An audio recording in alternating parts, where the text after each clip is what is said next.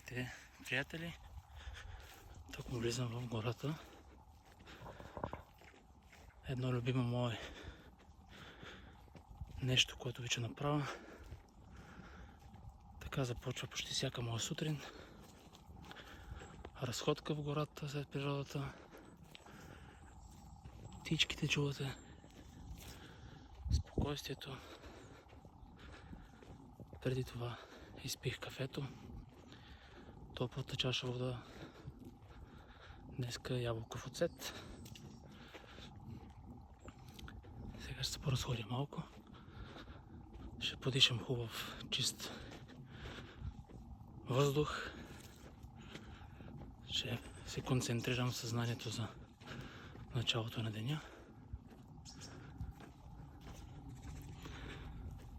Живи и здрави да сте. Следвайте вашите цели.